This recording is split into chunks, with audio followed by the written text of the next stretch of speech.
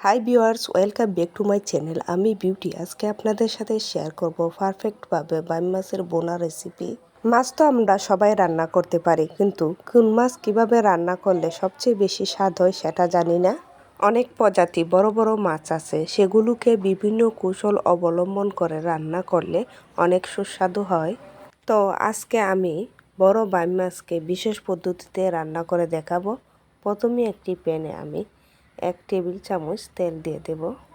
এখানে তেলটা নিজেদের পছন্দ অনুযায়ী দিয়ে দেবেন। রান্নার মেঝে কেউ বেশি তেল খায়, আবার কেউ কম তেল খায়, সেজন্য নিজেদের পছন্দ অনুযায়ী দিয়ে দেব। তেলটা গরম হয়ে গেছে। 1 কাপ পেঁয়াজ কুচি। এই পেঁয়াজ কুচিকে একটা কন্তার সাহায্যে নেড়ে ছেড়ে ভালো করে ভেজে নেব। আমার পেঁয়াজ কুচিগুলো ভাজা হয়ে গেছে। এর মধ্যে দিয়ে দেব 2 চামচ লাল মরিচের গুঁড়া, 1 চামচ হলুদ গুঁড়া এবং 1 চামচ ধনিয়ার গুঁড়া, দিয়ে দেব 1 চামচ আদা বাটা, হাফ চামচ জিরা গুঁড়া।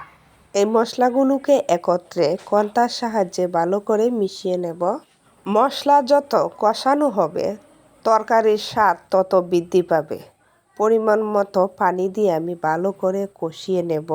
একটা কথায় মাথায় রাখবেন, যে কোনো মশলা কষিয়ে ভালো করে মাছ মাংস যদি আপনি রান্না করেন তাহলে তরকারির টেস্ট দ্বিগুণ হবে।